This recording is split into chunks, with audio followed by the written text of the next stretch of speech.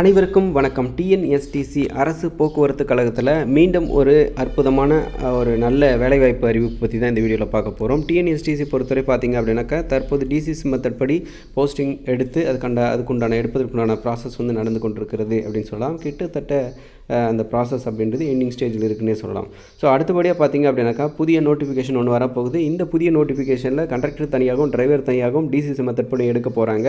அதில் குறிப்பாக சொல்லணும் அப்படின்னாக்கா கண்டக்டர் போஸ்டிங் டிரைவர் போஸ்டிங் கம்மியாக இருக்கும், டிசிசி தான் அதிகமாக இருக்கும். ஆல்ரெடி நம்ம இந்த தகவலை சொல்லியிருக்கோம். இதுதான் இந்த பேசிஸ் தான் நியூ நோட்டிஃபிகேஷன் வரப்போகுது. 2026 இந்த போஸ்டிங் எடுக்க போகிறாங்க. இப்போ வரக்கூடிய நவம்பர் டிசம்பரில் இதுக்கான அரசாணை பிறப்பிக்கப்படும். நான் ஆல்ரெடி லாஸ்ட் வீடியோவில் சொல்லியிருந்தேன், நவம்பர் மாதம் இதுக்கான அறிவிப்பு வரப்போகுதுங்க அப்படின்னு சொல்லிட்டு. ஸோ அதனால் இதுக்கு உண்டான அரசாணை வந்து வெளியிட்டுருவாங்க. ஜியோ ரிலீஸ் பண்ணும்போதே உங்களுக்கு ஜியோவிலே வந்துடும், அந்த அரசாணையிலே வந்துடும் எவ்வளோ போஸ்டிங் எடுக்க போகிறோம், எதில் எவ்வளோ போஸ்டிங் அப்படின்ற விவரத்தை கொடுத்துருவாங்க. 2026 நியூ நோட்டிஃபிகேஷன் வரப்போகுது அப்படின்ற அப்டேட் வந்து கிடச்சிருக்கு. ஸோ இதை பற்றி சொல்ல தான் இந்த வீடியோ மேக் பண்ணியிருக்கேன்.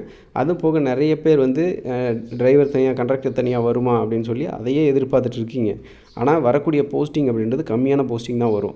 ஸோ அந்த கம்மியான போஸ்டிங் உங்களுக்கு கிடைக்குமா அப்படின்னாக்கா அது ஒரு கேள்விக்குறியான விஷயந்தான். ஆனால் அதே சமயத்தில் நீங்கள் கண்டக்டர் டிரைவர் 2 லைசன்ஸும் வச்சுருந்தாக்கா அந்த டிசிசியில் நீங்கள் போட்டி போடலாமில்ல.